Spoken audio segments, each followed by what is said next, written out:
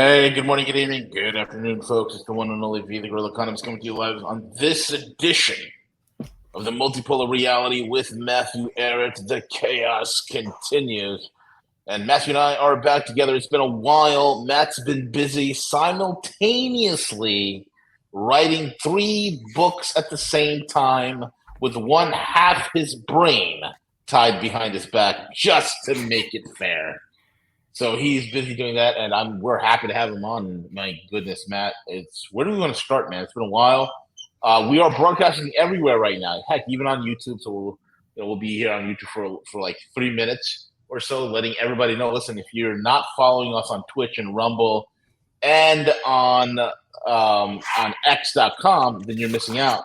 So all you people that are watching us on YouTube, switch over now. The link is in the description box. You can find us on Twitch. You can find us on Rumble. You can find us on X. You can find us everywhere you want us to be, plus a bag of chips. And with that being said, Matthew, how are you, buddy? Hey, V. I'm doing good. Long time no see. Long time no see, no hear, no nothing, man. But you know what? We pick up where we left off, brother. That's how it is. Amen. You know? Yeah, let's do it. Hell yeah. No, there's a lot to talk about, frankly, and it's been probably a couple of months since we did this last. So definitely the world has given us a hell of a lot to chat about. There's a few things that I thought would be useful to go through just to give people a bit of a sense of some of the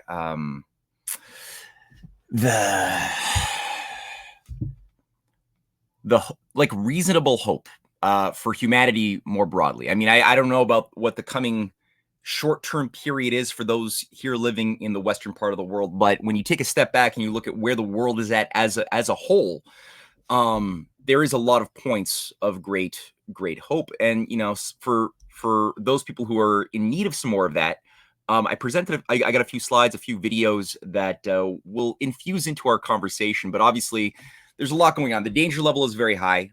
We know that the Russian Foreign Ministry gave very clear messaging after the attack at Sevastopol, where there were like sort of 5 missiles that were shot.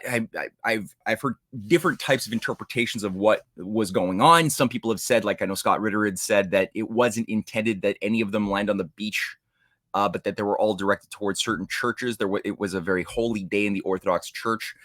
There might be an element of truth to that. Definitely the situation of doing this on a very holy day was not a coincidence. That's definitely the case. I mean, Ukraine has already shut down. They've declared war on the Orthodox Christian Church completely as being tools of Putin in the Kremlin. So that's already underway. They've hired Marina Abramovich as their ambassador for child safety of Ukraine. Are you kidding me? That's already been like eight months ago. Yeah, jeez Louise. Yeah. Child safety, a spirit cooking witch. Yeah. So we know where they stand on matters of morality and religion, and where the inner core of the hard Nazi revivalism of Ukraine stands religiously speaking, because they do believe in a form of religion, except that theirs smells like sulfur. Right. But the thing that I think, I have a co-host on a show named Gordon, and he made the point that when you look at that particular beach of Sevastopol on the Black Sea, that was the location where Vladimir the Great also converted to Christianity in the 10th century and basically converted all of Russia to Christianity. So that may not have been entirely an accident. I mean, a few people were killed, at least 2 children were killed, like 150 injured, some in critical condition. I think the death count has actually increased since the stats I last looked at. And then obviously in Dagestan, the same thing. Colonel McGregor and Scott Ritter have both pointed out that these are 2 sides of one operation, where a synagogue was shot up by a grouping related probably in some way to ISIS, which is a Western stooge that killed like 15 cops, a bunch of civilians. They actually slit the throat of a leading rabbi who was a major fighter for ecumenical cooperation and good relations between Jews, Christians, and Muslims. And Dagestan has a huge Christian, a huge Jewish, as well as a huge Muslim population. And there's public statues that I was shown not live, but by somebody on who's interviewing me, who showed that in public sort of malls they have, or outdoor malls, markets, they have these statues celebrating the coexistence of Jews, Christians, and Muslims. So definitely, whenever things like this happen, it doesn't smell at all as an indigenously, naturally emerging case of terrorism, but rather as a foreign directed proxy that's Correct.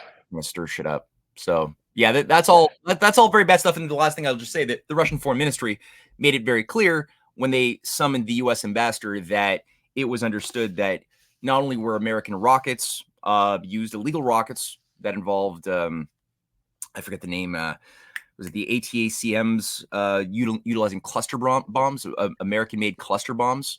Yeah, which is banned by like 130 some odd countries have banned the use of cluster munitions. Any civilized country bans the use of cluster munitions in civilian populations because it's a nightmare to deal with. You're talking about like just like landmines. You know, people pick it up, it winds up in farmers' field, they blow up, this, that, and the other, and it's an atrocious nightmare that this even happens. And of course, the United States is more than happy, because these idiots are so detached from reality, Matt. They literally believe that they can do this and get away with it. Yeah, they really do. And no, I mean, and on top of that, I was reading an article about how even the missile guidance systems are not even really controlled by Kiev. These are entirely run and managed. They're utilizing satellites. They're utilizing infrastructure that is entirely under the control of NATO.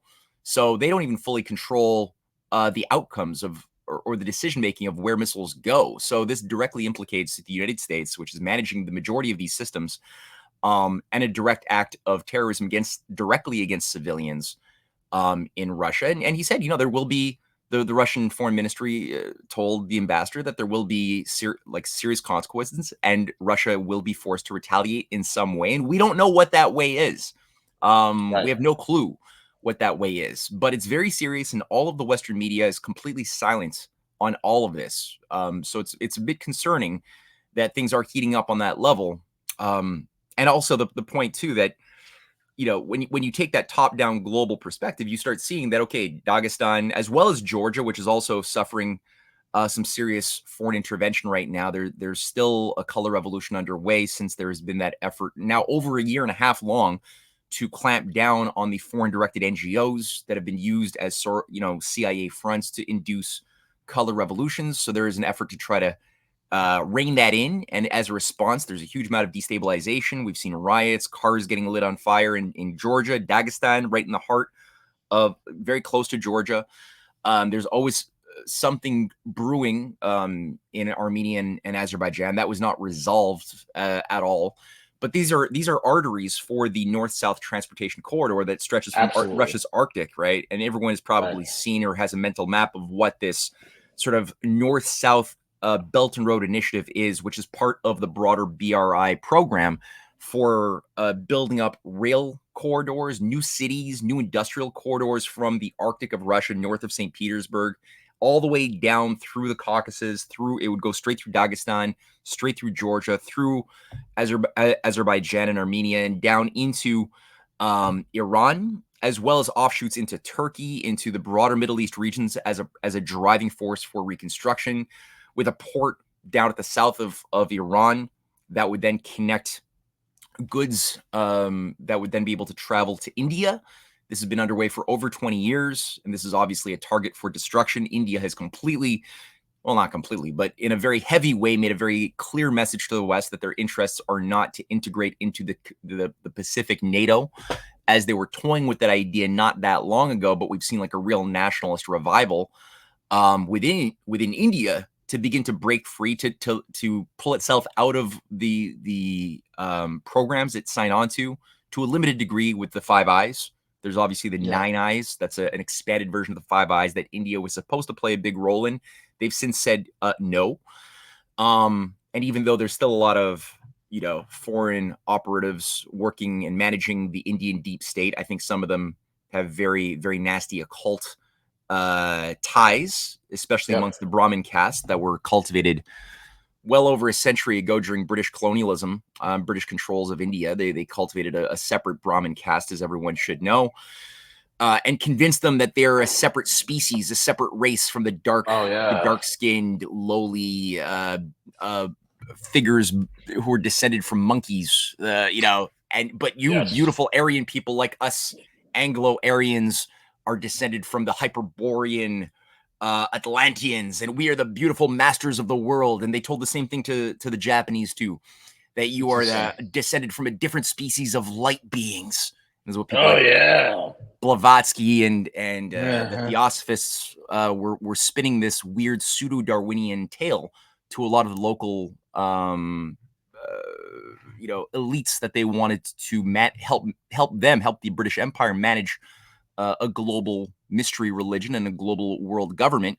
So that's still a problem, and there's still issues that Modi is dealing with, but they've done a much better job than we have at subduing and extracting some of these occult agencies that have been in India than we have, and we have our own issues on that front too. And I mentioned Marina Abramovich, but we've got a lot more than that that's been going back for centuries and centuries that has been plaguing the Western world. So these are all like really, really big deals.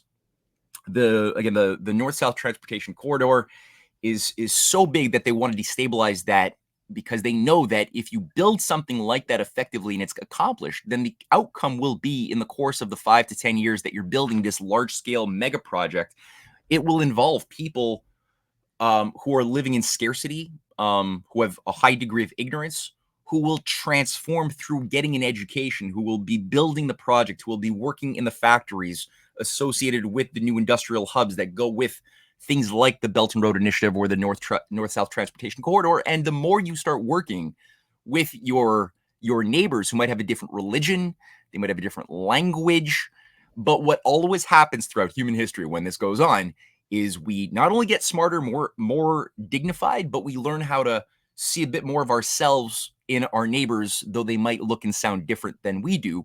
And we discover a common humanity and a common point of working together and win-win. So that's what they want to destroy, because that's what we are, right? Is we like, that's why they want to destroy Syria too.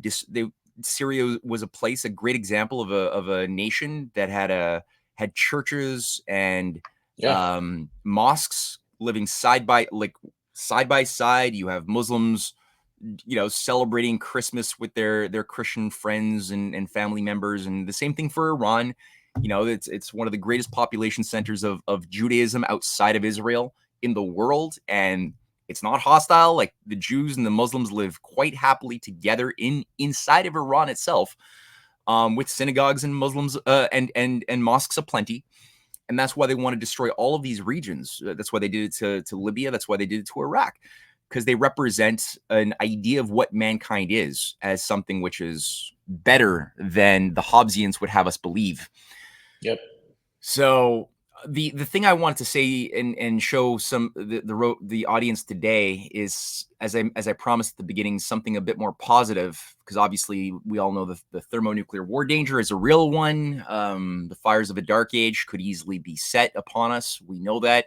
So it's a very, very important period to be alive, but to be very, very self-disciplined with our minds and what we can know, but also how we think about the historical currents.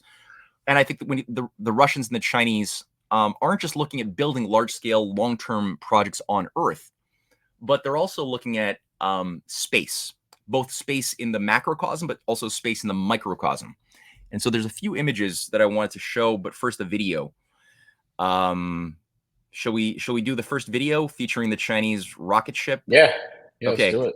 All right, let's do it. It's about a mission minute long. to the far side of the moon on Friday. China launched a historic uncrewed mission to the far side of the moon on Friday, the first country to embark on such an ambitious attempt. China's largest rocket, the Long March 5, blasted off from the southern island of Hainan, with the Chang'e 6 probe in tow. It's tasked with retrieving rocks and soil during the nearly 2-month-long mission.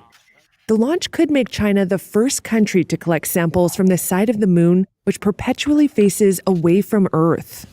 It's another milestone in the country's lunar and space exploration program.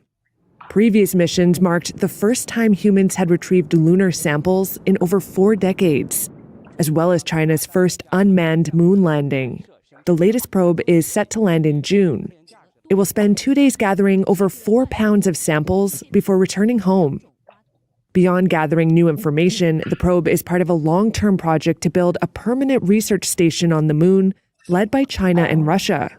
While scientists, diplomats, and space agency officials from Europe and Pakistan were at the launch and have gear on board, a Chinese space official said no U.S. organizations applied for a payload spot. American law bans China from any collaboration with the U.S. space agency, NASA. All right. So that video took place on early May of this year. Now I'm going to show something. Share screen. I want to show just a couple of images from a PowerPoint I quickly put together last minute. All right, so that was from May. So 2 months went by. China returned. So their lander picked up about 5 pounds of lunar regolith, lunar soil, from the far side of the moon, and it's called the Chang'e lunar probe. And then it launched back off, returned safely. It landed in Mongolia 3 days ago. This is from Al Jazeera. I don't like Al Jazeera, but at the same time, I can't find any Western press that actually covered this thing, so I had to use Al Jazeera just quickly. So it landed. Now, why is this a big deal? Like, it's actually not just a big deal; it's a game changer on 2 points. Number one, the far side of the moon. For those who don't know, and some people call it the dark side of the moon, which only proves that they're incompetent, including the current NASA administrator appointed by Joe Biden, who called it the dark side of the moon, implying he doesn't know what the hell he's talking about, because it's simply the side of the moon that we don't see, since the moon has a strange relationship with the Earth. And unlike the other, because there's a lot of moons, right? There's like 64 moons of Jupiter, and I think 39 moons of Saturn, and Pluto only has 1 moon. Mercury has no moons. Mars has 2 moons. We don't know why. Why are there these particular numbers of moons in various planets within the solar system? Yeah. We don't know, but the Earth's moon is very large comparative to the Earth itself. It's 1/6 of the size of the Earth. There's things we have no idea how to understand. People act like they know exactly where the moon came from, and they know exactly all of these things that they actually don't know. Experts have no clue why it's always the same side facing us. But we know that I got a little image here. China has found it very attractive to explore and to develop, as was said in that video, a lunar base with both on both sides, but especially on the far side of the moon, which only sees the sun 15 days a month. And the reason why is because due to Earth's magnetic field, the side that's pointed to the Earth does not receive nearly as much helium-3, which is what's being shown in this illustration here by Xinhua, which has embedded itself over millennia on the surface of the moon. Helium-3 is constantly being generated by processes we, again, don't fully understand at all inside of the sun. Every single star, every single sun has qualities of generating elements, both nuclear and regular, on the periodic table of elements. All, like, I think we know, even though we only know of 92 naturally occurring elements on the periodic table, despite that, there's about 2,400 known isotopes, including some of the elements that have been only produced by human activity utilizing particle accelerators on the Earth over the past 80, 90 years. So some of them are man-made, but they do fit lawfully within the periodic proportions that occur on the periodic table discovered by Mendeleev over 150 years ago. Helium-3 is an isotope of helium, which is the best fuel for fusion power. So if you want to induce fusion without causing a neutron to jettison out of the fusion process, because you're basically taking light isotopes, usually deuterium and tritium, which are isotopes of hydrogen. When they meld together, there's a variety of ways of doing that. There in some cases there's laser fusion, there's stellarators, they can get the plasmas that can get really, really super hot, whereby fusion energy happens within tokamaks, but it's not very commercially promising. Not at least the way we've been doing it in France. But that being said, there's a variety of ways to get light elements to fuse together to become heavier elements, and part of the loss in mass, when two light elements or more fuse together and become a heavier element, they transmute. Part of the mass is now less than the sum total of the two lighter elements before the fusion process. Now, that mass becomes energy, a lot of energy, so much energy. You could literally take what Jesus had said in the parable about the mustard seed, that that you could literally move a mountain, and that becomes actually a literally scientifically truthful thing. Wow. Yeah, and it's been known with current estimates of I think it's like 300 billion tons or so. It's some absurdly large number of helium-3 is supposed to have been embedded on the moon. One truckload of that brought back down to the Earth can sustain 8 billion people at a very high living standard for a year. So you can see how this being able to not just tap into the science of commercial fusion. Yeah, which but that's like the death cult would hate that to happen. Oh yeah. I'll say a little bit more about that, because it's the death cult is all about getting us in the cage of limits, right? They've monopolized certain things that involve like oil, natural gas, petroleum, and I'm not against these things. However, the way that they've worked it for the past 60, 70 years, especially utilizing such things as the Seven Sisters oil cartels, Shell, Dutch Oil, Chevron, the other big seven major, I think there were seven in the 1960s and 70s that controlled something like 93% of the world's oil and natural gas resources. But the way that they were able to work it was that by managing a monopoly over these things, then they would be able to then, on the one hand, cut the legs out of any alternative energy source that was otherwise going to make those hydrocarbon fuel sources irrelevant, which is what nuclear power would have done if they hadn't sabotaged nuclear with things like 3 Mile Island or Chernobyl, or later on Fukushima, or just the general, trilateral commission takeover of the U.S. government, where people like James Schlesinger, a professed Malthusian who was ideologically against nuclear fission or fusion, became the chief controller of U.S. energy under Carter, and he just canceled all of the, or at least 80% of the fission reactors that were being built in the late 70s, early 80s. Resulting in keeping the world stuck and addicted to something that was intrinsically going to draw down in time and create thus scarcity, which with increased scarcity, we see how the formula works. You got more tension, more ability to induce forever wars for oil, for other things. And that was the way that the entire trilateral commission run game throughout in the Middle East, the creation of the petrodollar.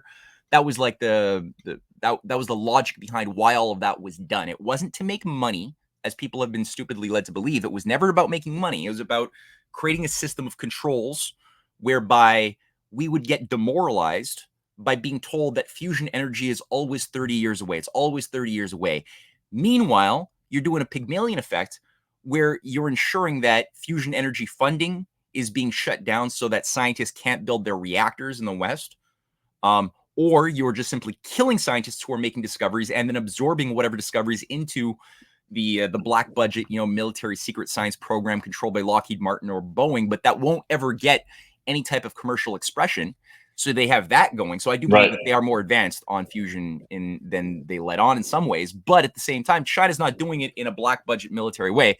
They're basically putting the national incentives and national power behind making it happen. I'm going to show some slides of that, but it's fundamentally connected. This investigation of the undiscovered universe of the small, because no matter how small you go, there's always more to discover in a purely spatial sense of the word, right? And with every new discovery into the atom comes a new power associated with said discovery to sustain more people at a higher quality of life.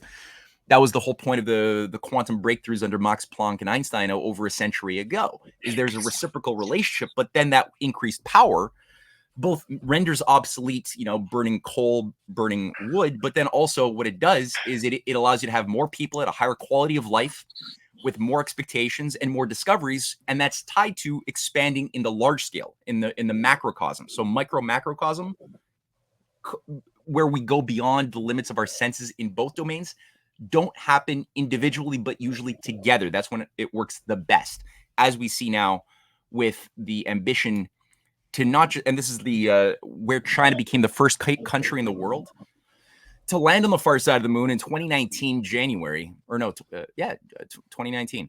They landed on the far side of the moon. This is going to be the base of the oncoming Russia-China-led moon base. It'll be a scientific research base at first, but with an intention to industrialize it. That'll be built up, according to current estimates, 2035 to 2040. Wow. It's pretty ambitious, yeah. Yeah, it's incredible. But they can do it.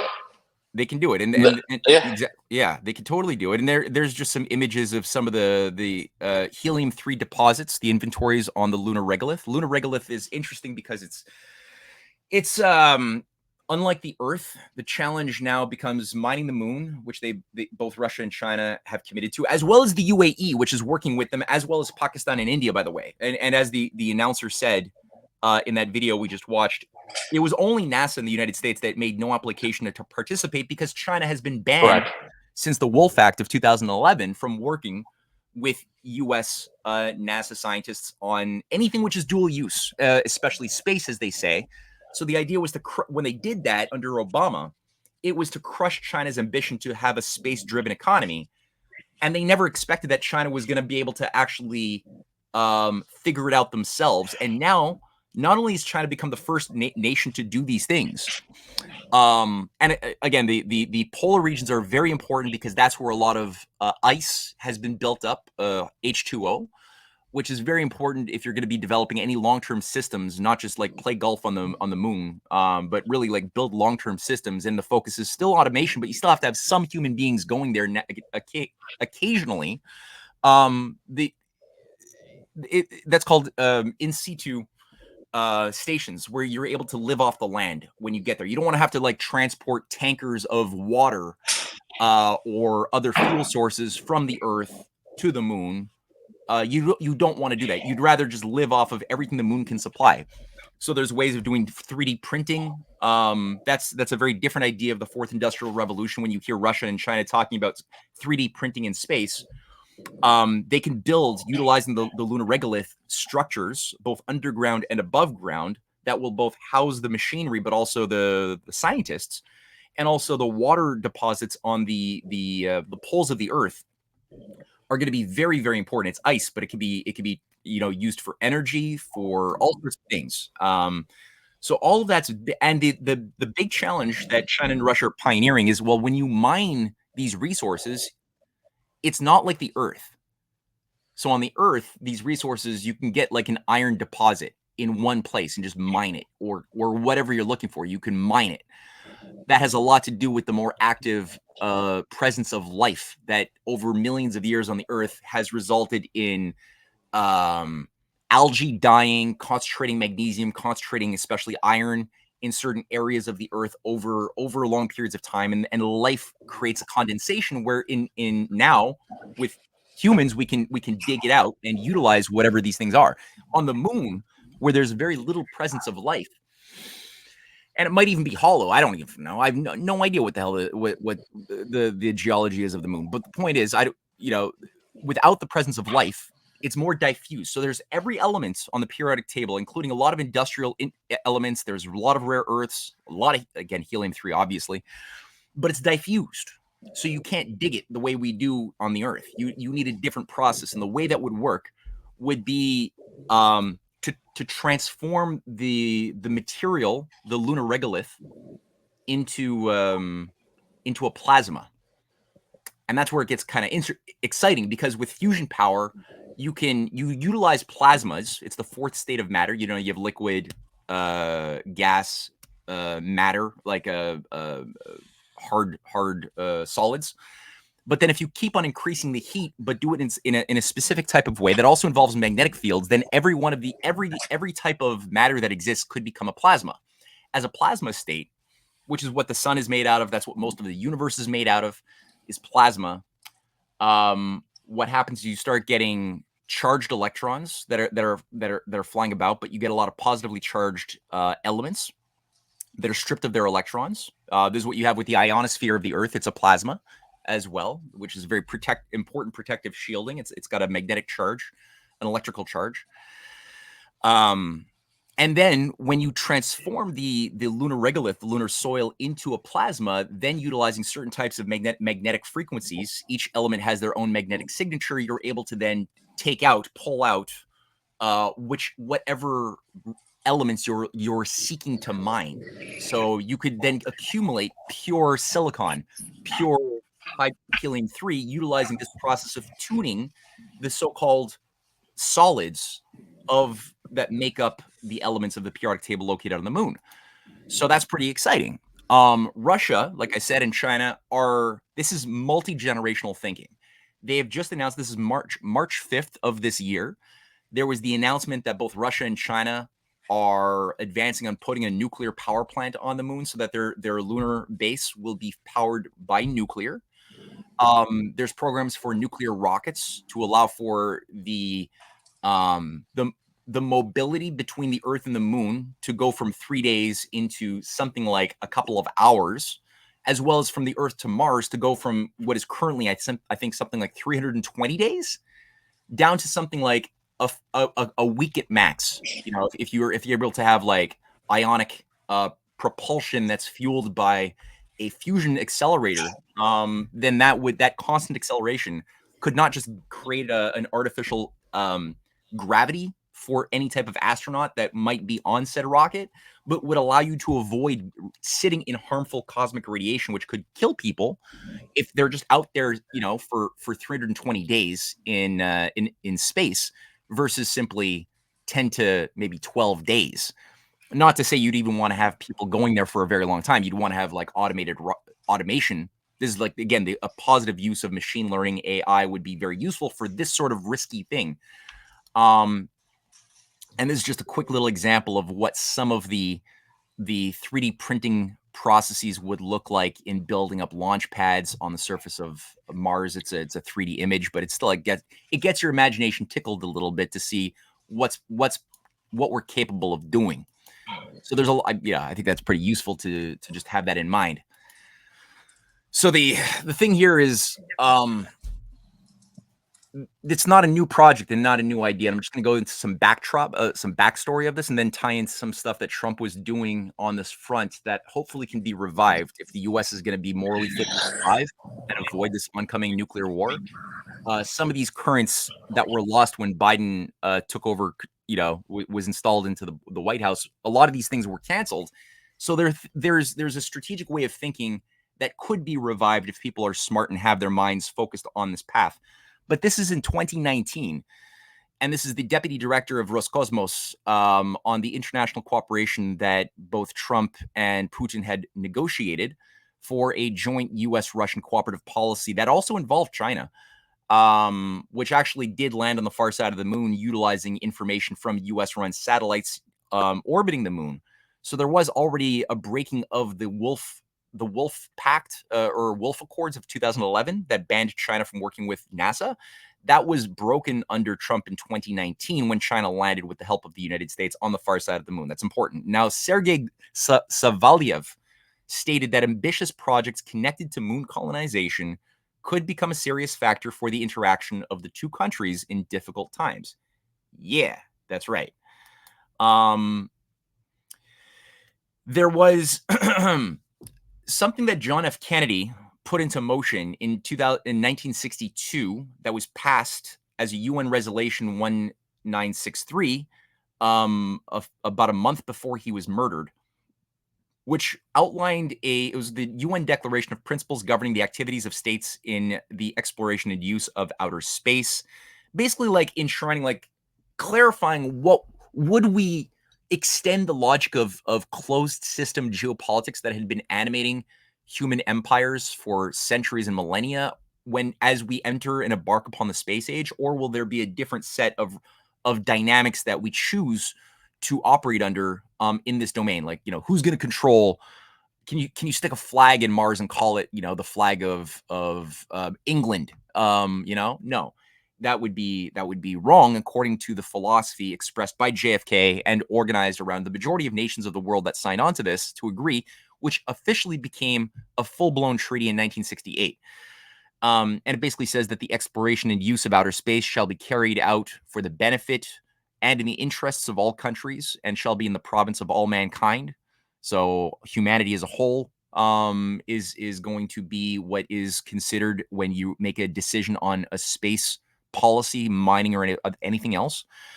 Outer space shall be free for exploration and use by all states, so everyone has equal rights. Outer space is not subject to national appropriation by claim of sovereignty by means of use of or occupation or by any other means. States shall not place nuclear weapons or other weapons of mass destruction in orbit or on celestial bodies, or station them in outer space in any other manner. The moon, that's extremely important today, because that's exactly where the geopoliticians currently trying to create a full spectrum dominance over nuclear first strike capabilities, have been preparing the groundwork for not just encircling Russia and China, including within the Arctic with missile systems, long range and other, but also in space. So that's an important, the non-weaponization, especially with nuclear weapons of space, very important. The moon and other celestial bodies shall be used exclusively for peaceful purposes. Astronauts shall be regarded as the envoys of mankind. I like that. States shall be responsible for national space activities, whether carried out by governmental or non-governmental entities. States shall be liable for damages caused by their space objects, and states shall avoid harmful contamination of space and celestial objects. So, extremely important. Hasn't really been abided by, but it moved things ahead. So even though it was a period of a lot of potential in both directions. Like the Cold War was crazy. We nearly blew ourselves up a few times, but despite that, there was still expressions of this desire to leap outside of the limits to growth on the nuclear and space front. We saw that the U.S. became the first country to start utilizing civilian applications of nuclear power, even though it was first expressed with the dropping of a bomb that was a hydrogen bomb, fusion. But despite that, there was a big fight to find peaceful application, which was done. Canada became the second country to utilize nuclear fission. India, other countries were aspiring to also wield this power. So was Saudi Arabia in the 1960s. The UAE in the 1960s was aspiring to. Unfortunately, the Malthusians made sure that was all sabotaged and that these countries remained stuck in oil, petroleum, for the purpose of geopolitics, right? And all of the aspirations for nuclear in Saudi Arabia and in Pakistan were canceled. Bhutto was assassinated under Kissinger's orders in 79. King Faisal was killed in 76, who was also an industrialist, resisting the petrodollar orientation of Kissinger. So you had these like the tragedy and hope aspect, right? So you had the efforts to find a rebirth of something viable, and then you had the sabotage of it. The Apollo Soyuz, even though the Apollo missions were canceled in 73 by the Trilateral Commission, there was an effort on the part of certain NASA administrators working with their Russian counterparts to end the Cold War. And this took the form of a Russian-U.S. joint program with astronauts representing both sides, uniting two orbiters where they lived and worked together for some days. And it was a major diplomatic feat, showcasing that there is a way to break free of the Cold War and to do it in a way which involves finding a higher order of thinking beyond this whole commie versus capitalist language, this Manichaean dualism that we had all gotten locked into, which involves this higher question of what does it mean to be a human being in the universe, right? It means you have to be creative and make constant discoveries. And that's part of just the function of actualizing our free will and our true nature is to not be stagnant. You have to be able to lean into the unknown as individuals, but also as nations. And then you find the moral fitness to survive. And that was unfortunately, again, very short-lived, but it did demonstrate something that works. I mentioned that NASA was sabotaged. Here's an actual graph. People say, oh, we've never been to the moon. I don't know. I've seen evidence that's quite persuaded me that at the very least, I can agree that it's likely that there were moon staged landings, that at least the first one, I'm quite persuaded was done in a stage. That doesn't diminish the fact that the space program itself drove some incredibly important scientific discoveries. GPS, the internet as we know it, telecommunications breakthroughs galore, medical technologies, EKG systems to monitor heart rates of astronauts had immediate application in healthcare maintenance on the Earth. Chemical engineering breakthroughs galore were made. Hydroponics or aeroponics, sorry, the technologies of growing fruits and vegetables with no soil and no fertilizers or chemicals. That's called aeroponics. That grew out of this NASA program of the 1960s, 70s, 80s, which again could feasibly solve the problem of hunger a few times over. But so you could see directly, looking at the direct graph of funding, where at the max, NASA's budget was 4.5% of the GDP of the United States government at its max right after 1965. It immediately began getting sabotaged already, just a few years after JFK was murdered, and before even the official moon landing, as it's called, in '69 happened. Already the budget had been slashed by half. There was already an intention to not make it happen. By '72, it was down to 1.5% when Apollo was canceled, and then it was pushed even further down to 0.5%, where it remained for many, many years. So again, the idea was, just like they did, and there's similar graphs that look almost identical to what I'm showing you here. When you look at fusion research funding, the same thing happened. There was an intention to build the Nerva rockets under JFK. That's nuclear rockets. There was government backing funding these things to allow scientists to test their prototypes to make it work. And then it was all sabotaged, both for nuclear propulsion rockets, but also for nuclear investments in R&D and other things on the Earth, both already realized, but also not yet discovered, like the closing of the fuel cycle under Carter was completely canceled. The building of pebble bed fast breeder reactors that would allow for the creation of more fuel than you started off with a year earlier. That's what fast breeders do. That was canceled. The ability to reprocess the spent fuel so you don't have to bury it, but you can reuse it, that was canceled to save money in the 1970s by the Trilateral Commission Malthusians. Russia didn't abandon it. Russia, and now today India, and increasingly China, I think China might even have a reactor, are the only countries that actually have fast breeder reactors. So that's another thing. So it's sabotaged. Now, getting at just some of the things that people just need to be reminded by. This is an executive order signed in July 2017, just a few months after Bannon was fired, which that involves, just a bunch of NASA administrators, Buzz Aldrin, who's a creepy guy, basically to revive the Space Council.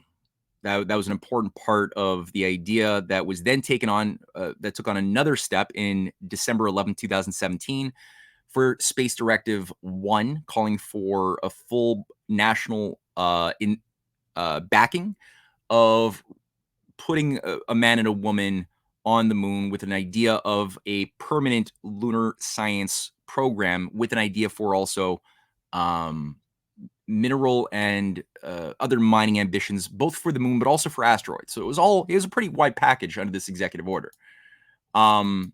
This 2017.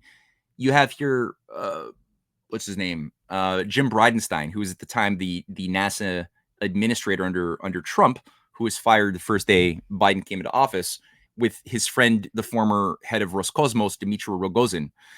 And Roscosmos, after meeting Bridenstine, stated that This joint statement, a NASA-Roscosmos joint statement, reflects the common vision for human exploration that NASA and Roscosmos share. Both agencies, as well as other international space station partners, see the Gateway as a strategic component of human space exploration architecture that warrants additional study. NASA has already engaged industry partners in Gateway concept studies. Roscosmos and other space station partner agencies are prepared to do the same. What they're referring to is the Lunar Gateway that was supposed to involve both the US, Russia, a whole bunch of other countries building a space station that would make it more easy to have an ongoing landing and exiting of the moon as industrial activities on the moon grow. You need to have some sort of a station. And Russia was supposed to build a big part of that. That was announced in mid-2017. Unfortunately, this project has since gone nowhere. Russia's been iced out of the thing. Obviously, Russia and China are now also building their own Lunar Gateway project without the United States. And on top of that, China, which was told that they're not allowed to do the things that we've been doing for many, many years. They went, like I said, not only did they pioneer better ways of doing this themselves, but they also now have what will soon be the only international space station in the form of the Heavenly Palace. And it's a multimodal system already in place. There's 2 of the compartments, a research station, as well as one to house the astronauts that's already there that China fully runs. It can grow almost infinitely. You can always have more add-on components. It's an international venture. They've asked the US to join. They don't want to do this alone, but the US under the current administration has said no. So it's just important to have these things in mind. 2019 March, Trump announces the Artemis Accords to regulate the mining on the moon, including safety zones around territories operated by different countries. Originally,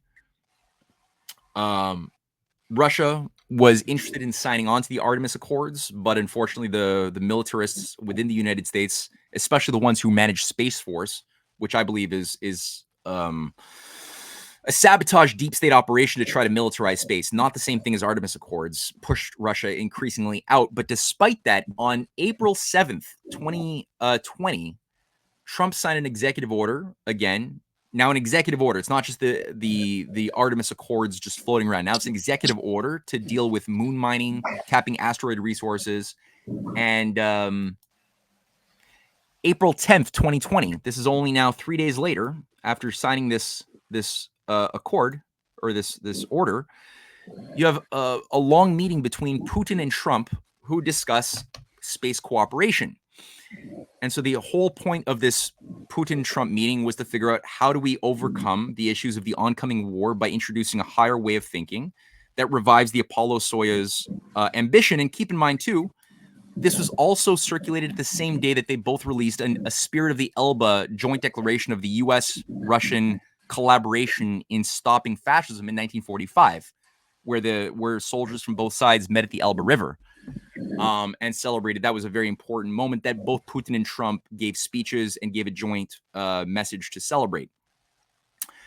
And the last thing here to keep in mind is that one of the last acts that Trump did in office on January 12th, 2021, was passing an executive order promoting small modular reactors for nuclear defense and space exploration.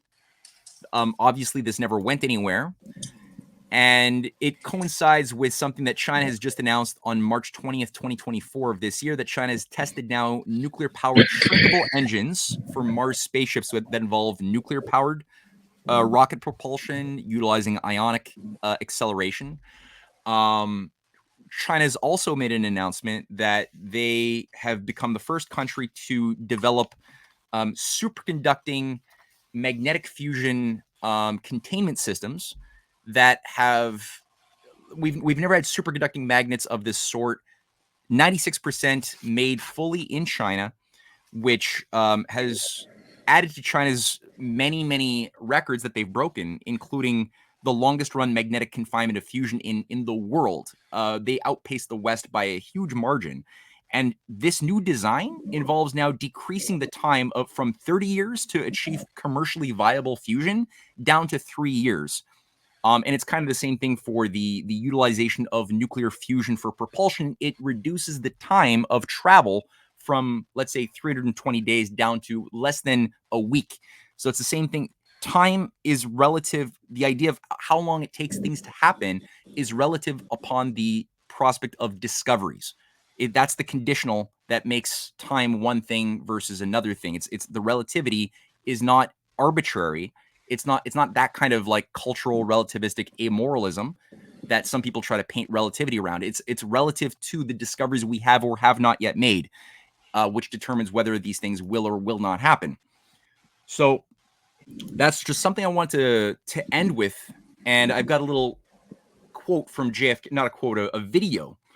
So my formal remarks will end with the finishing of this 2-minute video of JFK at the UN in 1963, 3 weeks before he was murdered.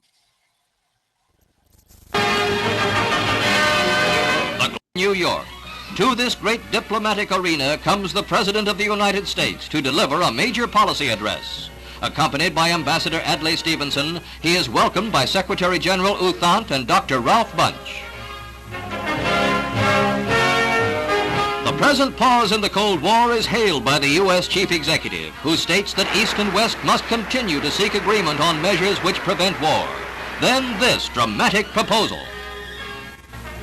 Finally, in a field where the United States and the Soviet Union have a special capacity, in the field of space, there is room for new cooperation, for further joint efforts in the regulation and exploration of space. I include among these possibilities a joint expedition to the moon. Space offers no problems of sovereignty. By resolution of this assembly, the members of the United Nations have forsworn any claim to territorial rights in outer space or on celestial bodies, and declared that international law and the United Nations Charter will apply. Why, therefore, should man's first flight to the moon be a matter of national competition? Why should the United States and the Soviet Union, in preparing for such expeditions, become involved in immense duplications of research, construction, and expenditure?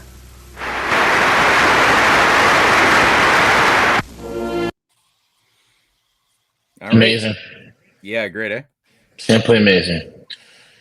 Matthew Ehret, we in the West have our work cut out for us, my friend.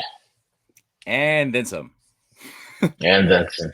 It's great, you know, like I mean, you know, I love just the fact that the irony is that most Westerners have been brainwashed and hypnotized into thinking of Russia and China as the most anti-American things you could think of. They're the authoritarian commies, just like they were in the Cold War.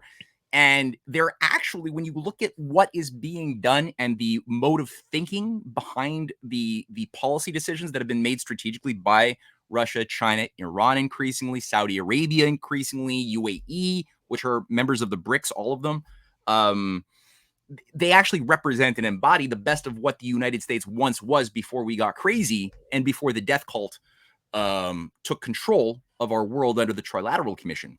So yeah, they're actually the most American, the most American things happening in the world right now, from the higher sense of what that word means that I'm using, is actually coming out of Russia and China. Yep, absolutely. Very well said. And with that being said, folks, we're at the end of the show. Matthew, thank you so much for joining us today on the multipolar reality. And my God, that reality is coming more and more into focus as the days go by. And with that being said, folks, you can find Matthew over at CanadianPatriot.org, CanadianPatriot.org, RisingTideFoundation.net. And with that being said, we are over and out. Cheers.